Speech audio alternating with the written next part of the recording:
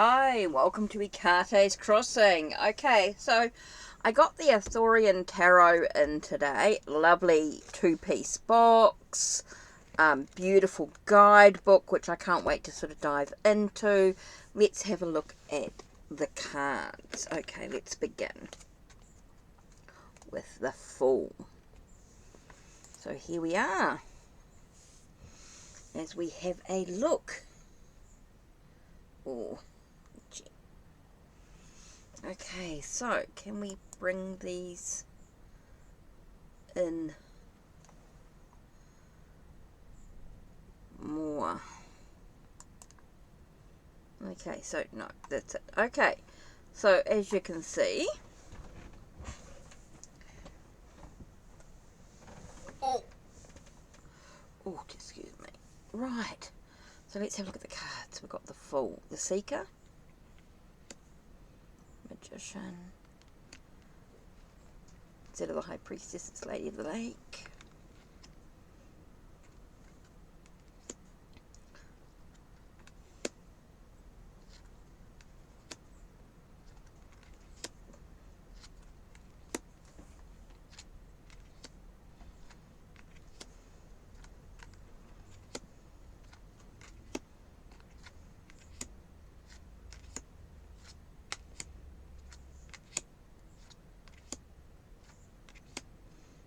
Okay.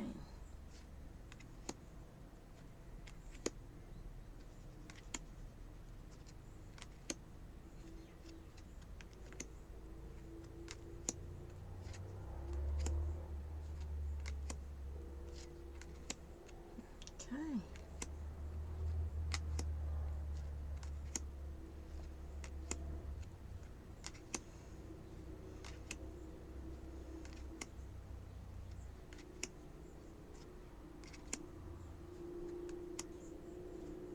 Just wondering.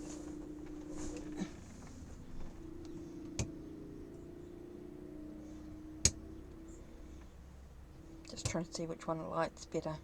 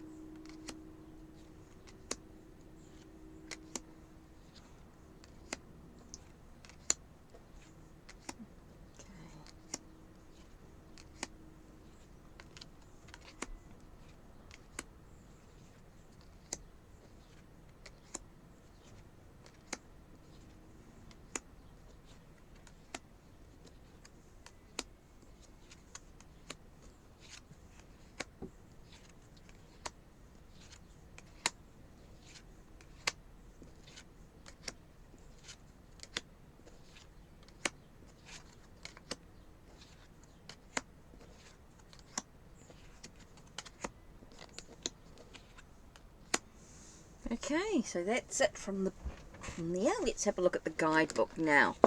So I like the deck. Definitely like the deck. Can't wait to sort of dive into there. Like the artwork. Right, let's have a look at this book. Okay, it's by Caitlin and John Matthews. Illustrations by Miranda Gray. Hello Quest for all seasons. So let's have a look here.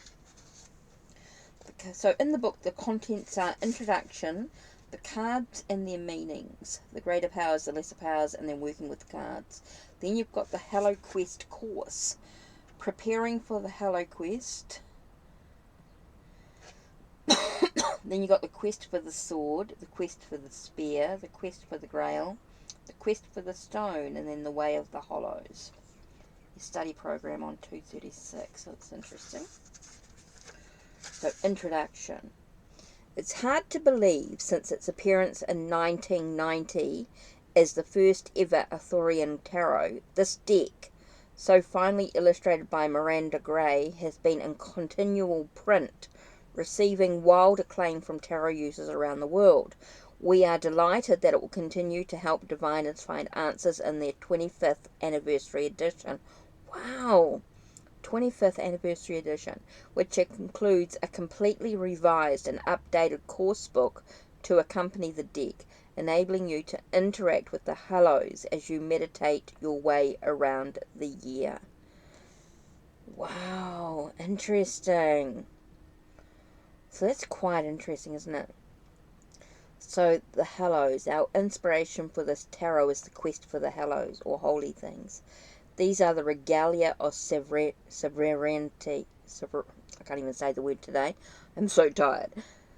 The goddess of the land. She who grants the kingship. These ancient treasures may still be sought, not as museum artifacts, but as spiritual empowerments that align us to our soul's vocation. The symbolism which governs the whole pack is that of the hollows themselves. The sword, the spear, the grail, and the stone, which are emblematic of the elements of air, fire, water, and earth, respectively, as well as being the objects of the Hello Quest itself. This fourfold elemental correspondent is not only closer to the spirits of the Kelto, also central to an understanding of the tarot. If we faithfully follow the way of our four hellos, the wholly empowering objects of the quest, we will achieve the guardianship of the regalia of sovereignty.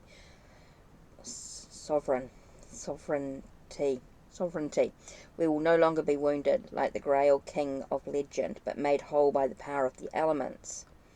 Regardless of the geographical and historical context of the Arthurian legend, the wisdom of the cards in this deck works for all times and places. The mythic truths they represent are accessible to us wherever or whenever we are on a spiritual quest. We all seek truth, courage, wisdom, and compassion, which are the qualities dispensed by the hollows. The hollows are adamantine treasures that cannot be destroyed by the elements. They make their appearance all over the world in different myths and traditions. Those who seek the hollows are on a quest for solutions of the world. The four quests. The quest that comes most readily to people's minds is that of the Grail, which begins in the Celtic past as a cauldron giving the food most desired, or healing, immortal life and wisdom. By 13th century, the Grail, which began life as a wonder-working Celtic cauldron, had become associated with the cup of the Last Supper, a relic that brought healing, divine gnosis and the heart's desire. Interwoven with this quest are the quest of the swords, which is borne by the Grail winner, the spear that wounds and heals, the stones that represent the primordial earth that begets and nourishes the quester, enabling its healing by their actions. The stone hello is often represented as a stone or Celtic gaming board, where it represents the territory of the land itself as well as the steps upon the quest. The pack is divided into the greater powers, the trumps or minor arcana, and the lesser powers, the pips or minor arcana. It talks about the greater powers. And so there are different titles, as you noticed on the cards. For example, the Seeker is the Fool, Merlin the Magician, the Lady of the Lake is the High Priestess, Guinevere is the Empress, Arthur is the Emperor, Taliesin is the Hierophant, the White Hart the Lovers, Peridwin the Chariot, Gawain Strength, and the Grail Hermit is the Hermit. So it is quite different, and of course with the suits being quite different as well, because you've got swords, spear, grail, and stone. So you've got sword is swords, spear is wands, grail is cups, and stone is pentacles.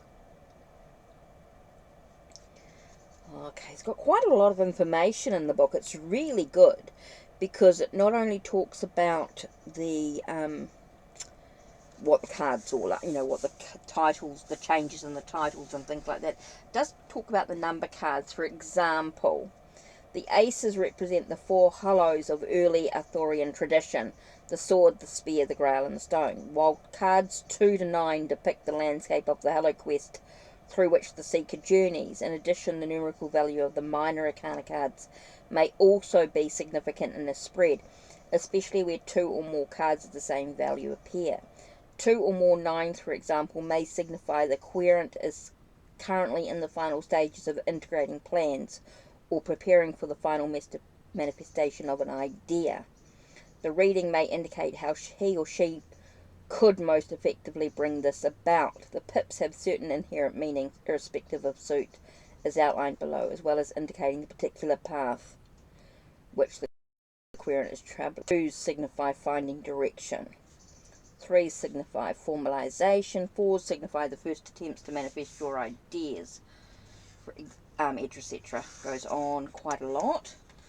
Then it's got the sequence, the court cards. It talks about the court cards. The maidens are messengers, knights are prime movers, queens are the bearers, and kings are the guardians.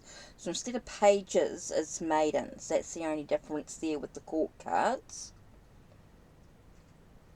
So we've got maidens and queens as females, and the knights and kings as males, but they don't necessarily do gender, of course. They can be the essence of the person, not necessarily the gender. Then it's got the sequence of the greater powers. There is a sequence within the greater powers that may not be immediately apparent to the reader. The seeker who sets out in the first card achieves maturity in the flowering of Logos, 21. And the children to whom Talzin 5, the 5th card, tells the story, both reappear with the seeker at the end of the quest. So it talks about Merlin, the Lady of the Lake, Guinevere, Arthur, and Talzin represents the major figures of the Arthurian court. The kingmakers, the queen, the king, and the king's poet and advisor. Then the White Hart, Prydwen, Gawain, the Grail Hermit, symbolise the major themes of the Arthurian court: love, adventure, deeds of arms, and the spiritual quest. Then we've got the Round Table, sovereignty, and the Wounded King, signify the kingly contract of Arthur with the goddess of the land, balanced government, the goddess herself, and the fracture between king and land. The Washer at the Ford, the Cauldron, the Green Knight, and the Spiral Tower represent the otherworldly challenges of the seeker: death, transformation, challenge, and dissolution. While we've got the Star, the Moon, the Sun, and the Sleeping Lord illustrate the sequence of the Pendragons, the prophecy of the Pendragons coming, the conception and youth of Arthur, and Arthur as the one and future king. This powerful sequence can be a strong guiding feature where a greater power card appears in a reading, revealing the nature of the querent's quest. Talks about consulting the book with the card meanings, and spreads directly follow this introduction. You then come to the Holy Quest, a meditation course spread over the progression of a year. Oh, wow, it's so interesting. So this is really a year-long study. It's not something that can be done quickly. It's not something that's, I think it's something that you really have to take your time with to really dive deep. I mean, you can read the deck as you can any tarot deck, right? But to really get to know it is to really do a deep dive. So then it's got the cards and their meanings. So let's have a look here. So it's got a good page, 2 pages, for the major arcana there, as you can see, for the full. So it's got a little thing here like the seeker, the full. In a wasted landscape, the seeker, who represents everyone, sets out on a quest, taking the rainbow path, impelled by the song of the birds of Rhiannon, who enabled him to follow his vision. When the world is laid to waste and people yearn for healing, seekers heed the call to find the solutions. Their quest open up possibilities. Then it's got quite a little bit of information there, which you can read. And then it's got the upright, the reversed, and any questions to ask yourself. For example, the questions: how does spontaneity and trust keep you on this path? What enthusiasm do you feel, and what possibilities are calling you forth? So that just goes through. So let's have a look at the minor arcana here. Okay, the minor arcana have half a page each. Still a little bit of information, but as you can see, just half a page per minor. And it's got by suits. So you got, okay, you start with the swords in this one.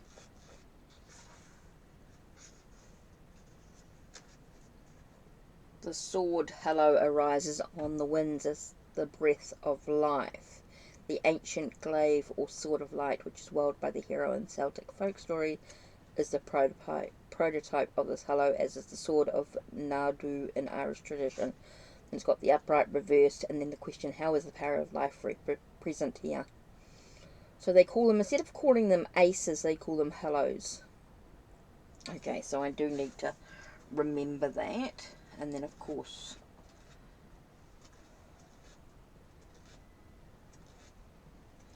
wow, okay. There's still quite a bit there. So then you've got the court cards, of course, and then you've got working with the cards. Formulating your question. Here are a few examples that will help. Please give me guidance and clarity about the issue. What are the consequences of doing an intended course of action or proposition? What support, help, healing is available for the issue? Please show me how to manifest this issue. Please show me what is going on in this issue. State your issue and say, please show me a solution to the situation. That's interesting.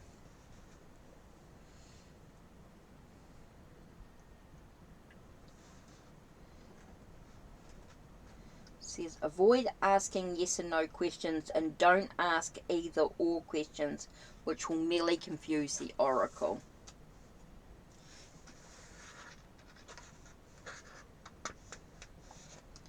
Talks about how to interpret the cards. Oh, it gives you a bit more in timing as well, which is not really it's not something that I sort of work on with these cards.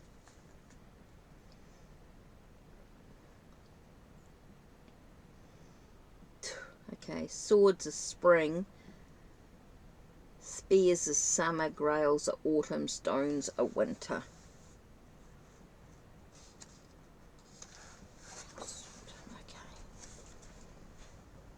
Reverse cards and ambivalent positioning. Then it's got some spreads. Arthurian tarot spreads. Okay, we've got Providence Anchor, Marbon's Gate, Pathways of the Quest. It's got the Lad Adventurous spread. Of course, Shield of the Soul Protector. Oh, that looks like a good one. And that's it. And then it's got the Hello Quest course, which explores the realms. Okay, so for an example, let's just have a look at the first one here, just to get an idea. Okay, preparing for the Hello Quest. Okay, lesson 1 is about meditation and diary keeping, which is interesting. It talks about grounding.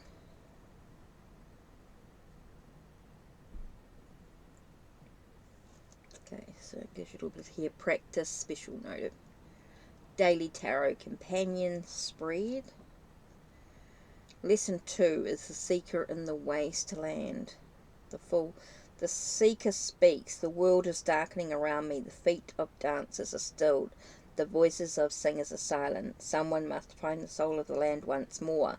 I've travelled to restore what is being lost. O blackbirds, may your singing be my guide as I step upon the rainbow road of dreams. So there's quite a lot there. So this is going to take some time to work through this, and I really need to be a start of a month and just sort of really in a good headspace and decide when I'm going to do this. Wow. Wow. Okay, so this is going to be quite an in-depth study when I finally get round to doing it. Definitely there. Okay, so that's it from me. Don't forget to check the links down below. Check the links on my channel. Like, subscribe, and ring the bell so you know when the next video will be uploaded. Take care, and blessed be.